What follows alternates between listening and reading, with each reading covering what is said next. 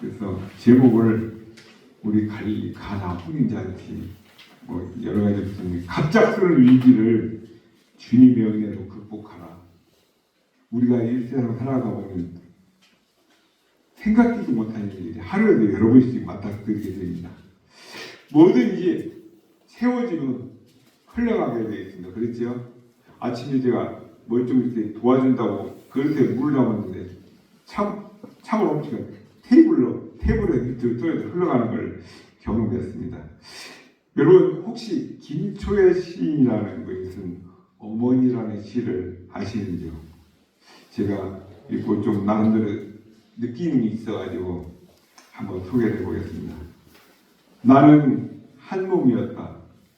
서로 갈려 다른 몸 되었는데 주고 아프게 받고 모자라게 나눠줄 줄 어이 알았으리. 쓴 것만 알아 쓴 줄 모르는 어머니, 단 것만이 단 줄 모르는 자식. 처음대로 한 몸으로 돌아와 서로 맞고 태어나면 어떠하리.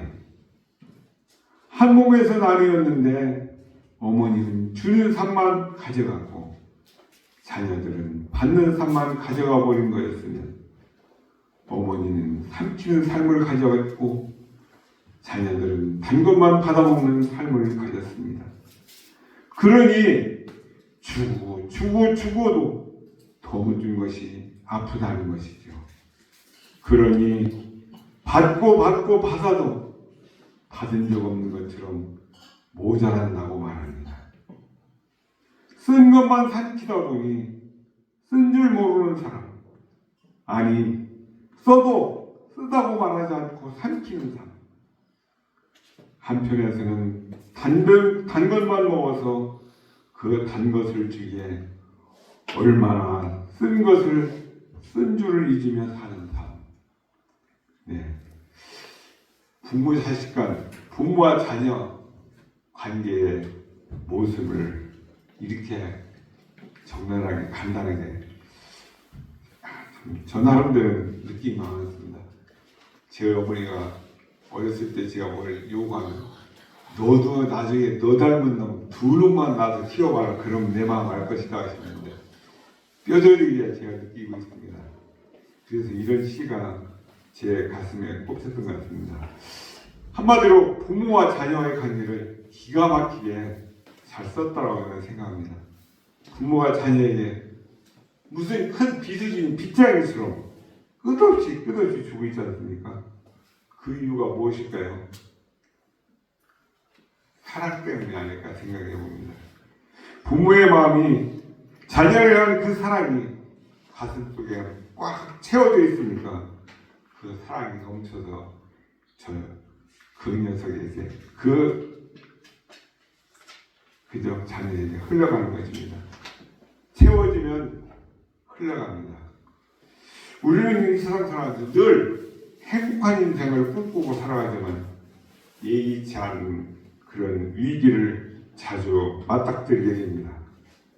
외부에서든 아니면 내부에서든 숱한 위기와 난감한 상황 속에 우리가 직면하게 되죠. 중요한 것은 그런 예기치 못한 위기를 만났을 때 그것을 어떻게 극복하고 행복한 삶을 지속해 나갈 수 있는가, 거기에 달려있겠죠.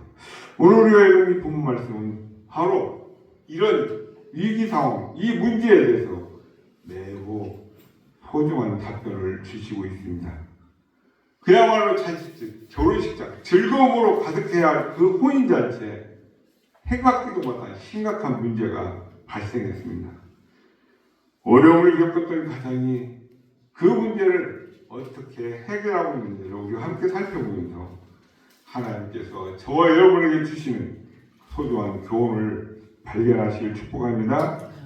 첫 번째, 예수님이 어머니 그리고 제자들과 함께 참여했던 이 혼인잔치에 어떤 문제가 발생을 했습니까? 1절에서 3절 상관절입니다. 사흘째 되던 날 갈릴리 가나에 홀례가 있어 예수의 어머니도 거기 계시고 예수와 그 제자들도 홀례에 청함을 받았더니 포도주가 떨어진지라. 혼인잔치에 포도주가 떨어졌습니다. 이 문제는 매우 심각한 일이죠. 요즘 생각처럼 결혼식에서 식사 때 피로할 때 음료수가 떨어진 그런 정도하고는 차원이 다른 문제입니다. 이 중동 지역은 잘 아시지만 물이 없는 곳이지 않습니까? 그래서 포도주와 생명수처럼 먹고 마셔야 되는 그런 상황인데 그 잔치집에 그 소중함이 떨어졌습니다. 이 일은 그 지역 내 가문의 명예가 수치스럽게 되는 그런 어떻게 보면 흉측한 일인 것이죠. 혼인잔치를 베푼 그 집에 이처럼 심각한 문제가 발생한 것이죠. 우리는 여기서 이 위기가 혼인잔치 가운데 나타났다는 것을 다시 한번 주목해 볼 필요가 있는 것입니다. 혼인잔치는 이제 막 새로운 가정이 시작되는 순간입니다. 그러기에 여기에는 새롭게 시작되는 가정 포함되어 있지만 혼인잔치는 아마도 부모가 버리는 부모의 몫일 것입니다. 아마도 연애가 벌어지는 것은 어쩌면 신부 측의 부모님 가정이었을 가능성이 매우 크다고 봅니다. 장가를 간다, 시집 온다 그러지 않습니까? 그렇기 때문에 여기에는 기존에 있는 기성세대의 가정이 포함되어 있는 것이죠. 정리하지 본다면 위기라는 것은 이제 막 출발하는 시작하는 가정이나 기존에 또 살아온 버티고 있는 가정이나 가리지 않고 찾아올 수 있다는 뜻이 되겠습니다. 경험이 없는 신출내이든 경험이 풍부한 베테랑이든 위기를 맞이할 수 있다는 것입니다. 중요한 것은 그 어려움을 우리가 어떻게 극복할 수 있는가라는 것이죠.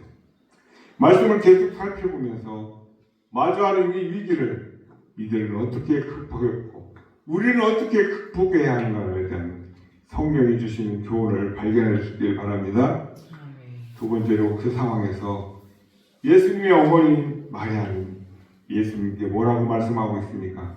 그리고 그 말씀하신 어머니의 말씀에 예수님은 뭐라고 응답을 하시고 계십니까? 3절 하반절 그리고 4절 이렇게 말하고 있습니다. 예수의 어머니가 예수에게 이르되 저들에게 포도주가 없다 하니 예수께서 이르시되 여자여 나 무슨 상관이 있나이까 내 때가 아직 이르지 아니하였나이다. 어떻게 생각하십니까? 여자여 지금 우리 문화 우리 풍습에서는 이런 돌상 그렇죠? 근데 그 당시 그 시대의 여자라는 것은 존칭어입니다. 어머니 하는 정도의 그런 존칭어입니다. 마리아는 예수님에게 저들에게 포도주가 없다라고 말씀을 합니다. 마리아는 그들이 현재 처한 그 상황을 예수님에게 상세하게 알리고 도움을 청하고 있는 것이죠. 마리아의 말을 우리는 기도로 생각해 볼 수가 있겠습니다. 현재 처한 그 위기 상황을 말씀드리고 도움을 청하는 그것 간단한 의미에서 기도라고 말할 수 있지 않겠습니까? 예수님은 어머니 마리아에게 여자여 나와 무슨 상관이 있나이까 내 때가 아직 이르지 아니하였나이다 라고 답변을 하셨습니다. 아무리 예수님이 하나님의 아들이라 할지라도 육신의 어머니 낳아주고 길러주시는 어머니를 여자라고 부르는 것은 참 어색해 보입니다.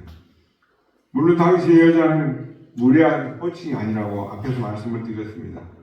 그것은 상대방 여성에 대한 격식을 갖춘 호칭이었습니다. 그럼에도 예수님이 어머니라고 부르지 않고 마치 자신과는 아무런 상관이 없는 지나가는 여성을 부르듯이 지나가는 여성의 말에 대꾸하듯이 여자라고 했다는 것은 어색한 장면인 것은 분명해 보입니다. 그렇다면 왜 예수님은 어머니 마리아를 여자라고 불렀을까요? 생각해 보셨습니까? 그 이유는 예수님께서 지금 현재 상황 벌어진 대화에서는 마리아의 아들 예수가 아니라 하나님의 아들 곧 메시아로서 자신의 신분을 드러내 보이고 있다는 상황이라는 것입니다. 나와 무슨 상관이 있나이까? 내 때가 아직 이르지 않았나이다. 이 말씀도 어찌 보면 이해하기가 힘든 부분이 있습니다. 예수님은 마치 그 상황이 자신과는 전혀 무관하고 그래서 나는 I don't know 관심을 갖지 않겠다는 그런 뜻으로 말씀하신 것처럼 보여집니다. 그러나 뒤에 살펴보면 그 상황을 깨끗이 해결해 주셨다는 것을 봅니다. 그렇다면 이 말씀은 무슨 뜻이겠습니까?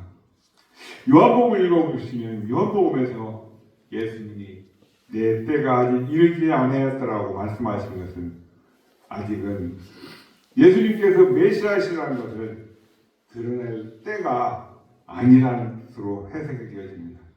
그렇지만 바로 앞에서 여자라는 말을 설명할 때 말했던 것처럼 예수님은 그 상황에서 자신이 메시아이신 것을 드러내고자 하시고 있습니다.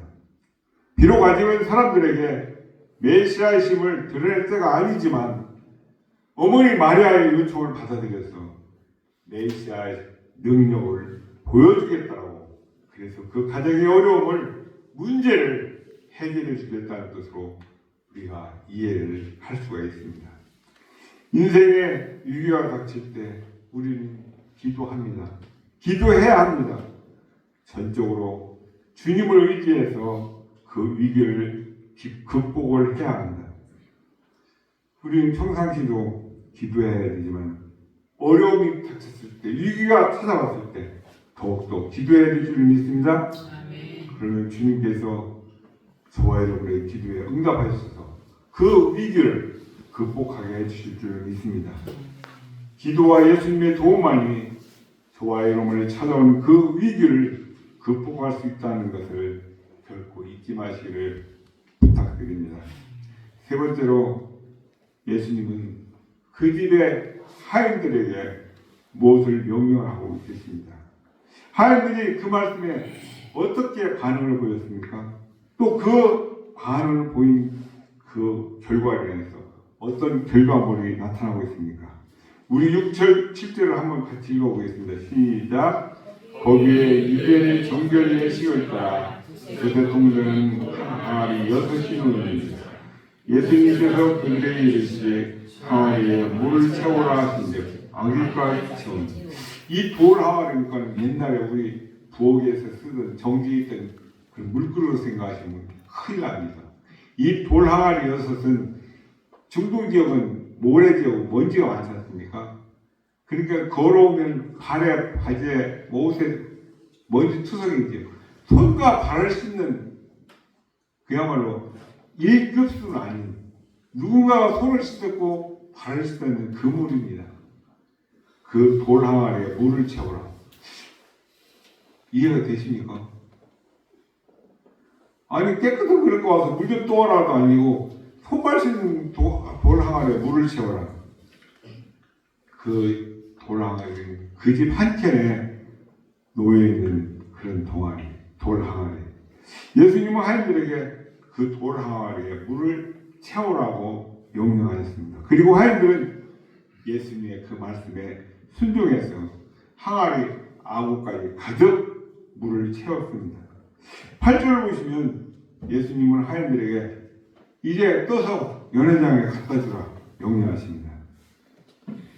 예수님은 이 하인들의 물을 그것도 정결 예식에 사용된 동화 항아리에 채운 물이라 음료옷으로 쓰는 것은 부당한 것이죠. 아니 적절하지 않은 물입니다.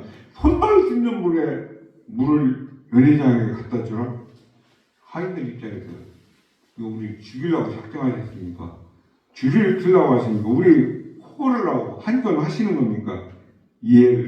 오해를 할 수가 있겠죠. 연회장은 어떤 사람입니까? 이 잔치를 전체적으로 주관하기 위해서 고용된 그런 사람입니다. 그렇기 때문에 어쩌면 이 포도주가 떨어진 이 상황, 연회장에도 일부 책임이 있다고 할 수 있겠습니다. 잔뜩 긴장해서 있을 그 연회장에게 물을 갖다 주라고 명령합니다.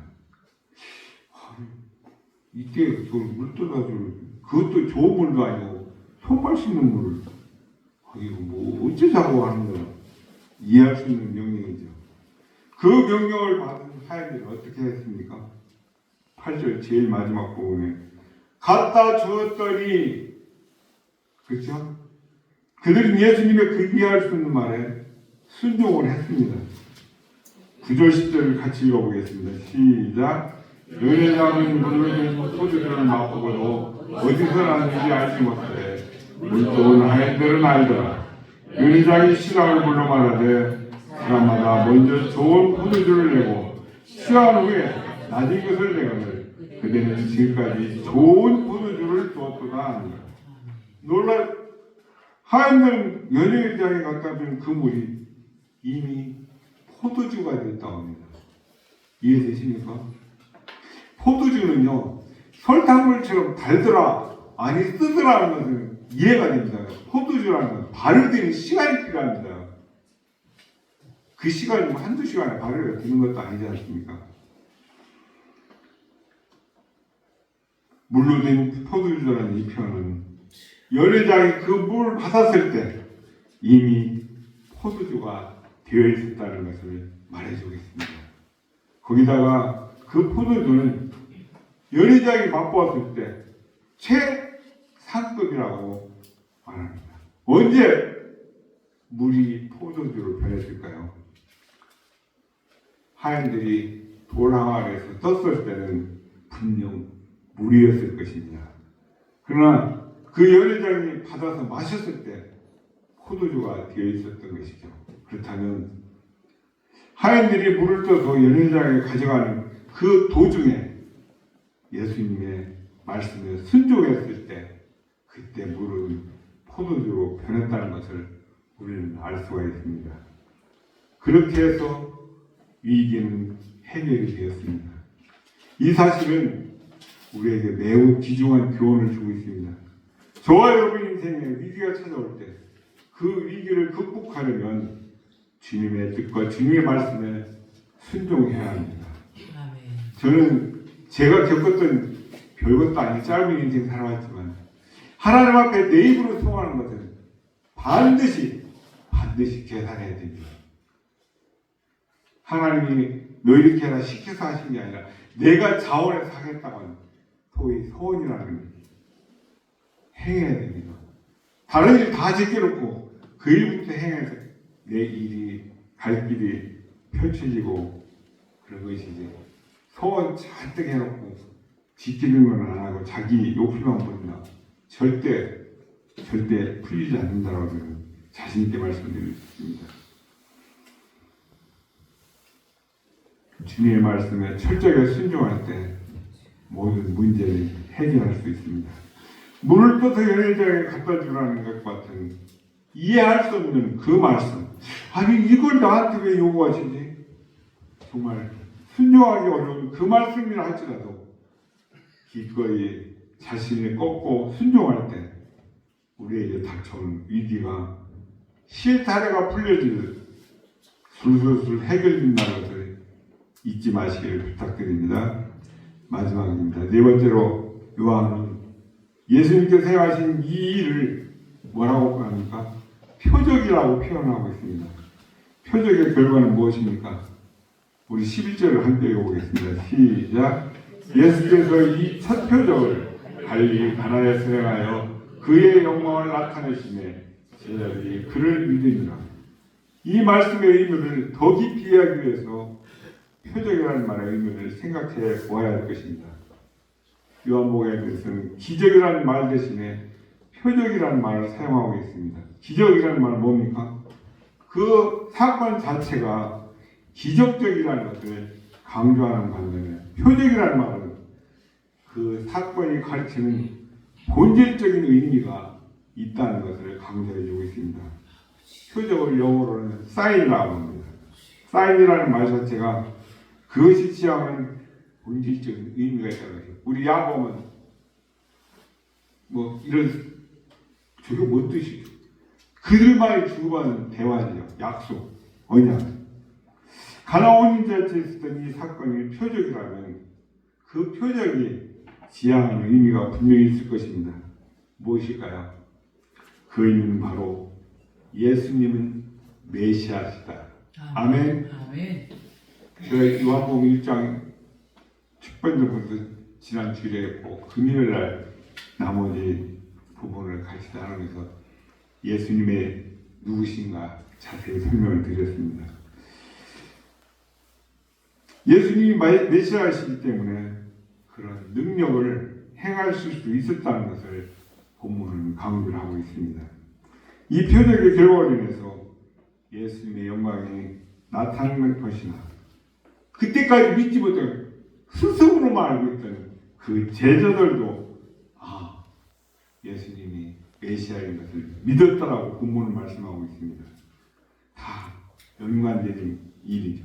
예수님이 어려움을 해결해 주시고 행복하게 해주시면 그 인생은 주님의 영광을 보아야 되고 그리고 더욱더 예수님을 굳건히 믿어야 하는 것이 이치인데 여러분 어떻습니까? 지질이 가난하고 지질이 목숨 다 되는 사람 예수님 믿고 병 고치고 부자 되고 나면 잘 믿던가요? 제 주변에는 그렇지 않더라고요.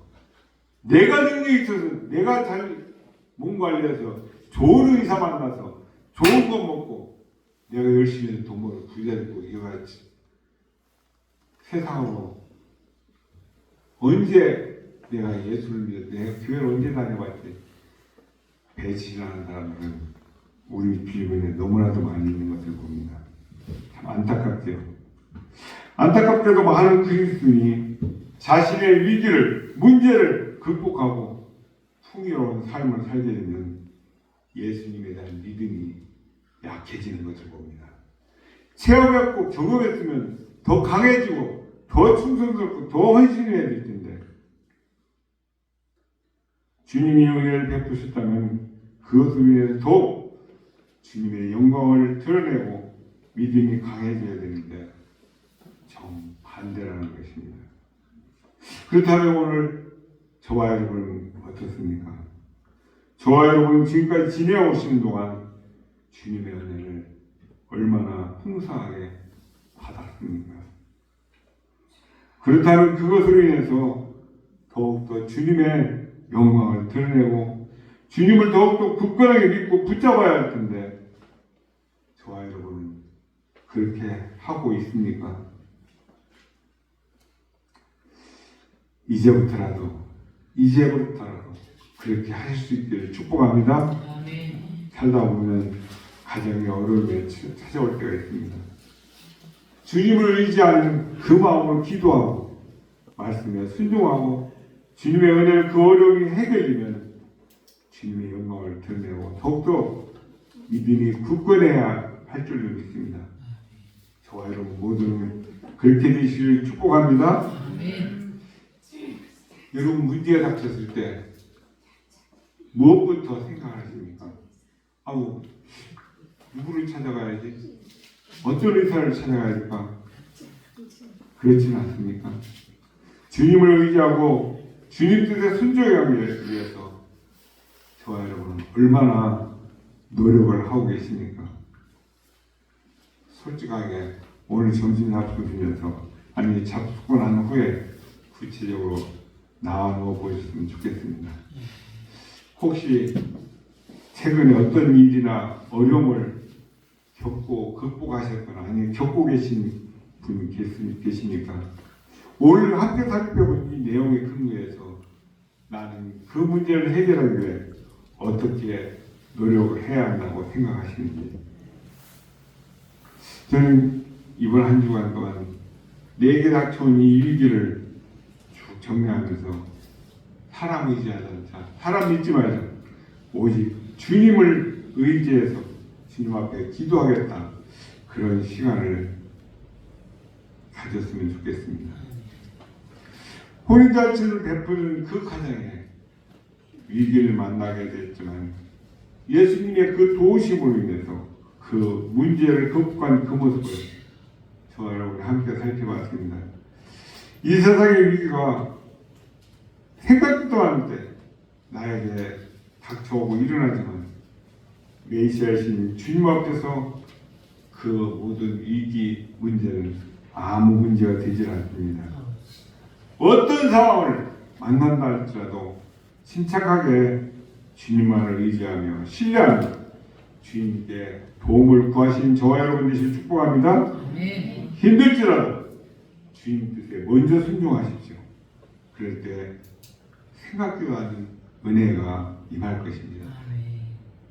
남 탓하고 원망하고 하소연할 그 시간이면 자신을 돌아보며 주님 불쌍히 여기십시오. 아무것도 할 수 없는 저를 주님 아니면 도와줄 리가 이 세상 그 어디에도 없습니다고 한번 내려놔 보십시오. 더 많이 내려놓은 별별 책을 다 있는데요. 내가 예수님, 내가 하나님 체험하지 않으면 신앙은 잘할 수가 없습니다. 신앙은 누구를 통해서가 아닙니다. 내가 하나님 만나야 돼요. 내가 예수님 만나야 돼요. 내가 그 문제에 은혜를 받아 해결 받아봐야 신앙도 잘하고 남한테 자신 있게 전도도 할 수 있는 것입니다.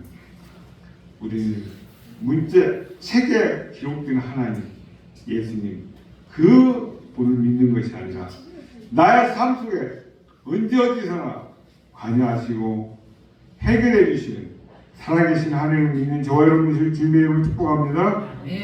자비로우신 아버지 하나님 은혜와 사랑을 감사드립니다. 우리는 늘 행복한 인생을 꿈꾸고 살아가지만 뜻하지 않은 곳에서 예의치 않은 일들을 만나